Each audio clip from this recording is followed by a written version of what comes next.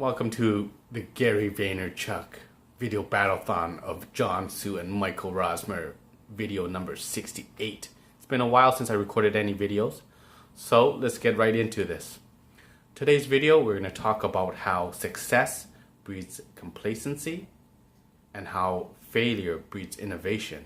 But more importantly, how success and failure do a dynamic dance that both feed each other and when combined together lead to, how do we say, mastery, or really understanding and mastering your craft. So you hear a lot of people talk about the limelight of success. Oh yeah, big money, big success, the fame, the fashion, whatever it may be. Everyone talks about that. But you hear very few people talk about when they were successful at a point in their business and where they got, how do we say, cocky or just resource rich, cash rich, that the tides of success began to turn. Think of it as in a sales cycle. Here you are making lots of money. You're just so busy that you can't even deal with all the clients. Then all of a sudden things start to fall through the roof because all you're doing is focusing on closing the business in front of you, but you forget about building the business building the future business. So when you're really successful and then all of a sudden you just don't have enough time to do all the other stuff for the sales cycle, and all of a sudden your sales just dry up. So that's a good example of success breeding complacency.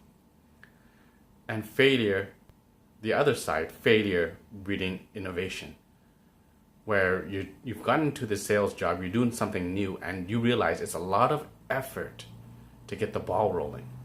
But putting forth all that effort, what happens is you start to learn skills and come to realizations, and it helps you become very innovative in what you do, and you start to work smarter.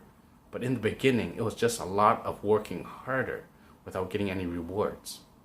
So when you have success and you have failure, and you look at the cycle of mastery of your craft, you have to fail first to learn all the skills and become innovative in your craft.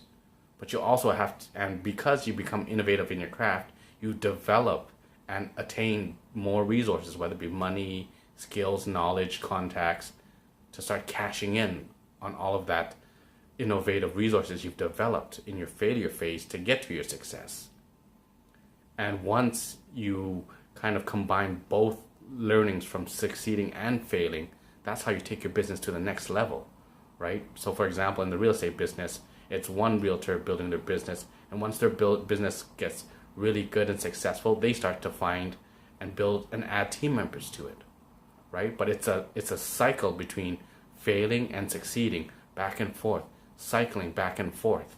And that dynamic of how things get good and all of a sudden they turn bad, and when things have been bad for a long time and all of a sudden they start to turn good, and it just keeps cycling at different different dollar amounts, or whatever you want to gauge your success in your business, different levels of success based on how long you've been in business and what you're actually doing.